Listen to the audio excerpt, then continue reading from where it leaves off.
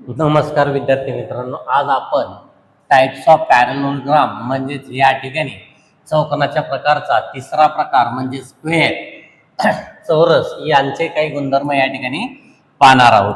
तर चला या ठिकाणी आपण एक छोटासा स्क्वेअर घेऊयात। हा स्क्वेअर घेतला पहा, या स्क्वेअरला सपोज नाव दिलं आपण पी क्यू आर एस। यामध्ये चार बाजू चार कोण आहेत। तर पहिला गुणधर्म काय सांगतो,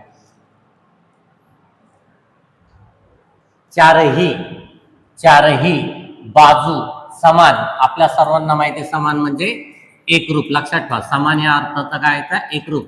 त्यालाच आपण या ठिकाणी कॉन्ग्रुएंट असे म्हणतात। काय म्हणतात, कॉन्ग्रुएंट। म्हणजे या ठिकाणी एक लक्षात घ्या की यामध्ये चारही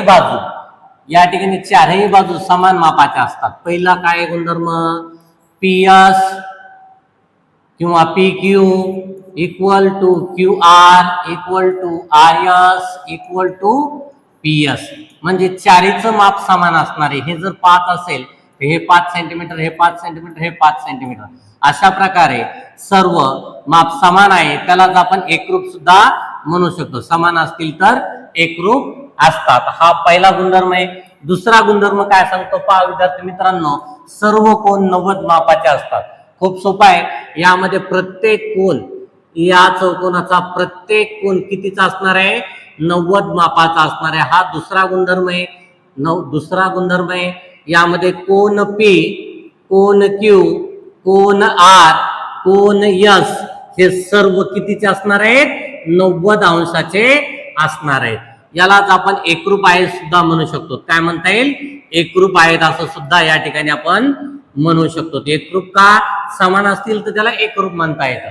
तिसरा काय, कर्ण समान मापाचे असतात। कर्ण काय असतात, समान मापाचे असतात। कर्ण म्हणजे काय हे माहित पाहिजे।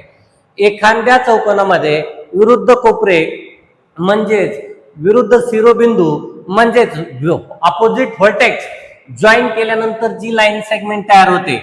या ठिकाणी समजा मी हा कोपरा याला जोडला, विरुद्ध व्हर्टेक्स जॉईन केला, तर या ठिकाणी पी आर ला डायगोनल म्हणजे कर्ण म्हणायचं। काय म्हणायचं, कर्ण म्हणायचं। त्यात नंतर क्यू एस सुद्धा मी या ठिकाणी जॉईन करून घेतला, तर क्यू एस हा सुद्धा काय असणार आहे, दुसरा कर्ण असणार आहे। ते हे समान मापाचे असतात, त्यालाच आपण इक्वल किंवा यालाच आपण समानलाच काय म्हणू शकतो, कॉन्ग्रुएंट आहेत किंवा एकरूप आहेत असं म्हणू शकतो। सर्वात महत्वाचं, याचा वापर बऱ्याच जागी गणित सोडवताना करायचा, परस्परांना लंब असतात। म्हणजे दोन रेषा लंब रेषा कधी म्हणतात, जेव्हा दोन्ही रेषा एकमेकीस 90 अंशाचा अँगल तयार करत असतील। Those line segment intersect each other at 90 degree angle, जर त्याला परपेंडिक्युलर लाईन म्हणजेच लंब रेषा असे म्हणतात। काय म्हणतात, लंब रेषा।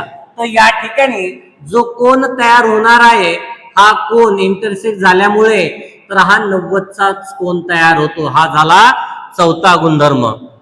यालाच आपण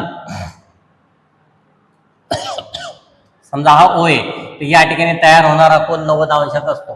त्यानंतर एकमेकास समद्विभाजितात, याचाच अर्थ असा होतो बाळांनो, विद्यार्थी मित्रांनो, काय होतो, बायसेक करतात असा होतो। कर्ण काय करतात, बायसेक करतात म्हणजेच दुभागतात असा अर्थ होतो। काय होतो, दुभागतात म्हणजे काय, समजा ही रेषा याला इंटरसेक्ट होईल, 90 अंशाचा कोण तयार व्हायलाय, हा समजा ओ पॉइंट असेल, तर या ठिकाणी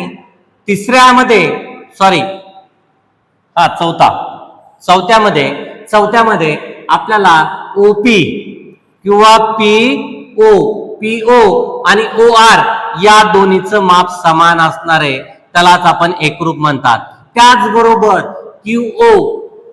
क्यूओ हा सुद्धा एकरूप असणार आहे ओएस ला। कशाला, ओएस ला। अशा प्रकारे आपला चौथा गुणधर्म या ठिकाणी मी एक्सप्लेन केलेला आहे पहा। अशाच प्रकारे नवनवीन व्हिडिओ पाहण्यासाठी आपण सर्वांनी आसान है लर्निंग विथ रोडगे सर या यूट्यूब चॅनलला लाईक, शेअर आणि सबस्क्राईब करायला विसरू नका। धन्यवाद।